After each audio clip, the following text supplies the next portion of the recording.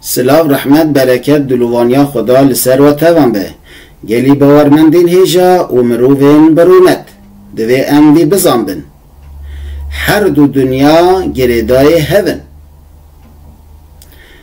کیف خوشی و دلشادی یا که آخرت دا چیده به گریدای کار و خبات و باشبونا مرد یا وی دنیایه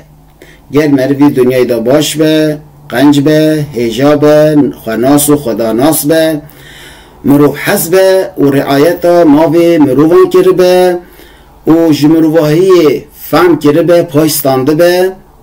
ده دنیای دنیا داجی لگور باشبونا مرد به مرد را معامله وره کرن ده خدا برحم و فضل خواه نعمتین بیداوی پارا مرد بکه و بگمان خدای دلوان وان راستیان دو قرآن پیروز دا جبونا ما دیار کریه و اشکره کریه ام به هفرا گهداری بکن که خدای دلوان جبونا هیجایان جبونا قنجان جبونا مروفین باش چه آماده کریه جبونا وان جیانکی چه وان هیه. بسم الله الرحمن الرحیم. إن المتقين في جنات وعيون بگمان بشبه کسی که خواهش گناهان پاراستنه دور کرنه و به تشت باشی خملاندنه به عبادت به حق به حقوق و رعایت مافی مروان کرنه و جیانک تیکوس راست و درست مشاندنه او دناوا جنتان دانن و لسر كحنيانا ادخلوها بسلام آمنين جواناتي قلتن بسلامتي وبأولهي بكذن بهشتان يعني جبونا و ترسا بلو مصيبتان تنية جبونا و ترسا مرني تنية هون سلامت جوان تشتان هون أمين جوان بلو مصيبتان بالسلامتي بكرم بكن هرنا جنتان ونزعنا ما في صدورهم من غل او كينو عداوتا كود دلوان دا هبو ام جدلوان در تخينا إذا دلوان دا كين عداوات نبنتي دجمنتي تنية دلوان پاكو پاقجة زلالو شفافة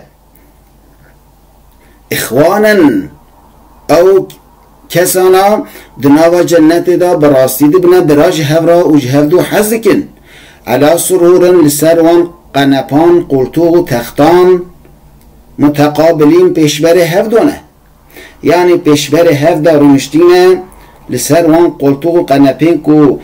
استار وانا جزیر و زیوان جیاقوت و مرجانن هاتنه نقش کرن و خملاندن و تشتی کو دنیای دا کرن تشتین خوش و قنج کو کیف خوشی دتا وانا لویج هفرا دبیجن و بیرا هفتینن لا يمسهم فيها نصب دوان جنتان دا وستاندن و زحمتی راستی وان نای وما هم منها بمخرجين او جوان جنتان جی نای نداری خستن گلی باورمندین هیجا